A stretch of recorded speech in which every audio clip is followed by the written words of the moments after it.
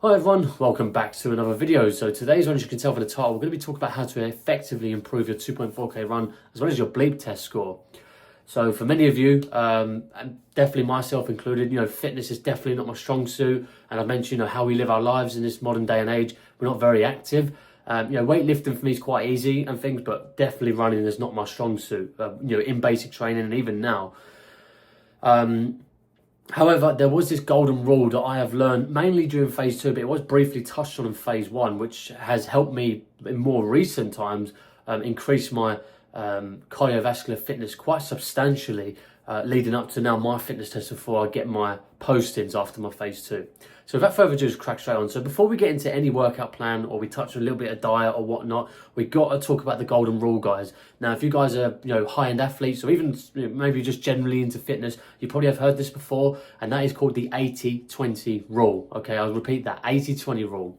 Okay, and again, this sort of rule applies from people right at the bottom, just starting out in fitness, to all the way up to elite levels. Okay, and it also includes in special forces in the military. So it is definitely a very, very key rule. And we'll explain it just now. So what is 80-20 rule? So 80-20 rule is basically this, if you haven't heard of it before. 80% of what you do per week, let's say we're talking about obviously the cardiovascular side, so we're going to mainly focusing on that, so runs and whatnot. Okay, 80% of what you do is a low intensity, long distance activity. So let's just say that's a run or a jog, whatever you want to classify it as.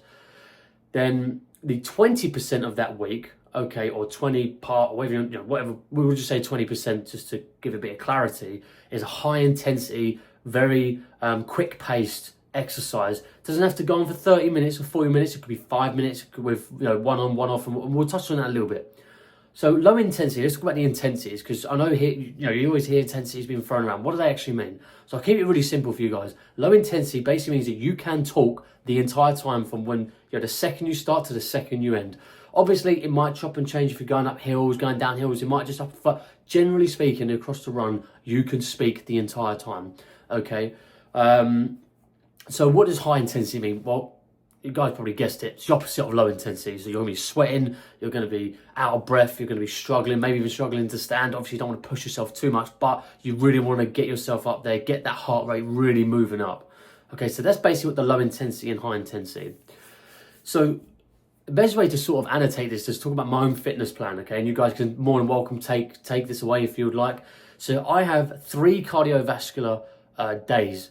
2 of them are low intensity, long distance runs, and 1 of them is a high intensity. So let's start with the low intensity. Now, this is a really key point. I want you guys to take this away as well as that rule, okay?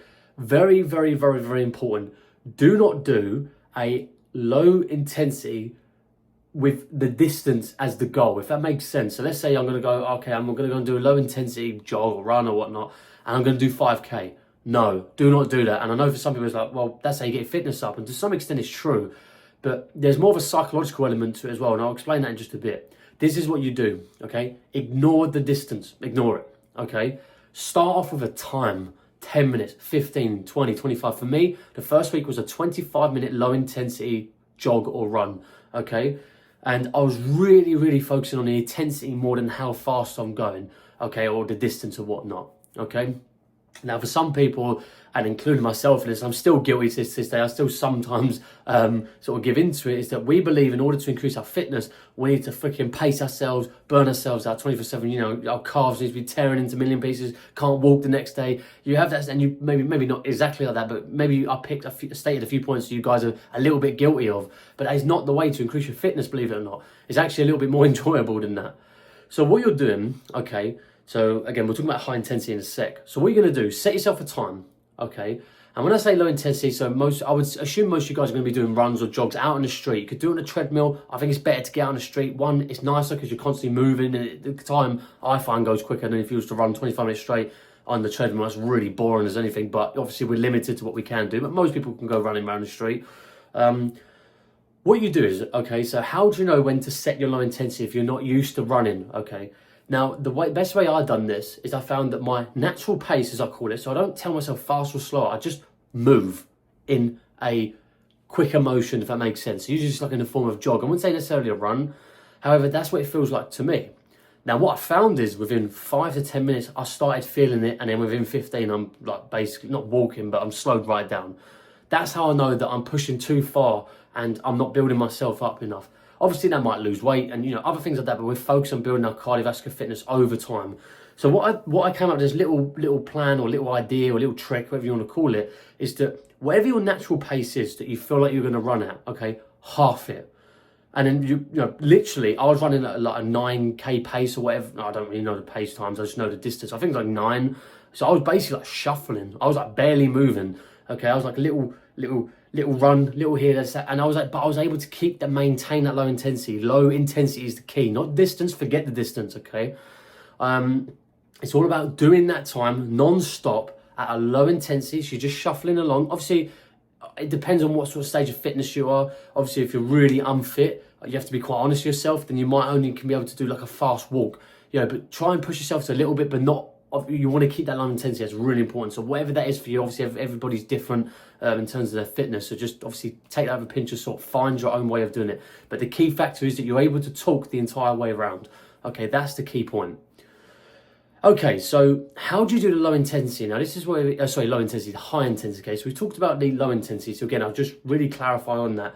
Make sure the low intensity is so you can talk the entire way, and do not be ashamed. Don't think you look silly. Don't think you're not going to increase your fitness by just doing a little shuffle, 9k. Before you know it, I started off on the 9k pace. I'm now on 7. Okay, and I feel the exact same. I don't feel like I'm gassing out. I feel the exact same. So every time you do this run, you just stay at that comfortable pace that you just keep breathing, and believe it or not, your fitness just increases crazily. I don't know how it works. The PTIs taught me this and they seem to know what they're doing. So, I definitely take that away. And it does take time. It's not going to happen in one day, but it makes it more enjoyable because it actually feels manageable and you see results over a long period of time. I'm on my 2nd or 3rd week now. So I'm on like 30, I think I'm on 30 minutes. So I'm on my 2nd week and I've already noticed a huge increase. Okay. So anyway, what does a high intensity mean? So obviously, we spoke about high intensity. So what sort of exercises can you do? Now, I would suggest if you guys are not in training, you're training for the pre-joining fitness test as well as obviously basic training, so you've got to do the Bleep test as well. I'd recommend doing shuttle runs, okay? 20-meter shuttle runs, okay? It's exactly what a Bleep test is, right? The only difference is I would go as many shuttles as you can in 1 minute. And I'll do a 1-to-1 ratio rest, okay? So active to rest, whatever terms you want to use. So basically 1 minute on, 1 minute off. As the weeks go on, maybe take 5 seconds off or 10 seconds off the rest. I know some people go, yeah, I want to take 30 seconds off. To give yourself some time. If you're not used to fitness, you've got to train your body up, okay?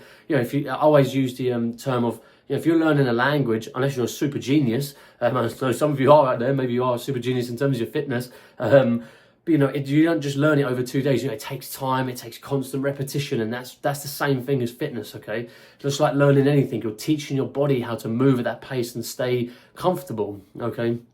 So anyway, I would recommend doing that. For me, it's a little bit different because I'm obviously in phase 2. We might have, for example, this week we only have 1 PT session. That could be a literal thrashing for 30 minutes straight and I'm dead by the end of it. Technically high intensity. Usually high intensity, I do about 10 to 11 minutes.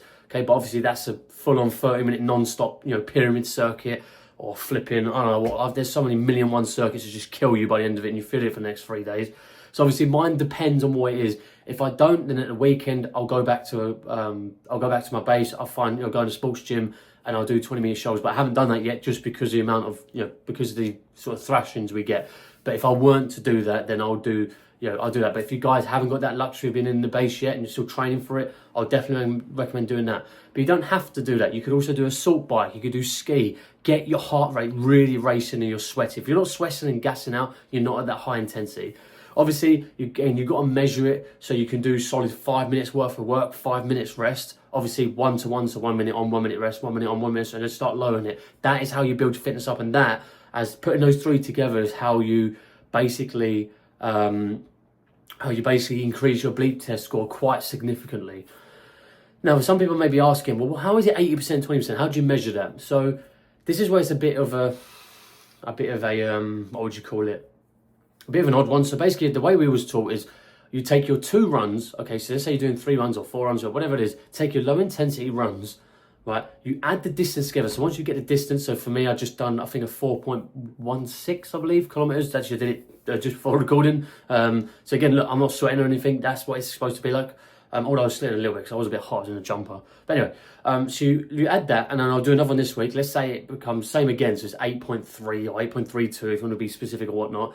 Then I find out what 80%, what 8.32 is 80% off, and let's just say, I don't know what 80% off. You maths genius can do that out. Whatever's left over, so then that makes that 20% to make it 100% in total.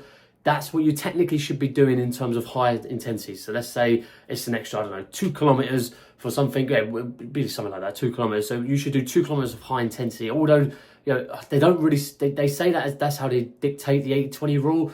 Although, you could be doing 5 minutes of just a thrashing, 10 minutes of a thrashing, whatever it is for you. But if you want to get really into it, you want to get really down to the sort of T, so to speak, then, it might be worth figuring out what the 8% off and then just focus on doing 20% of that.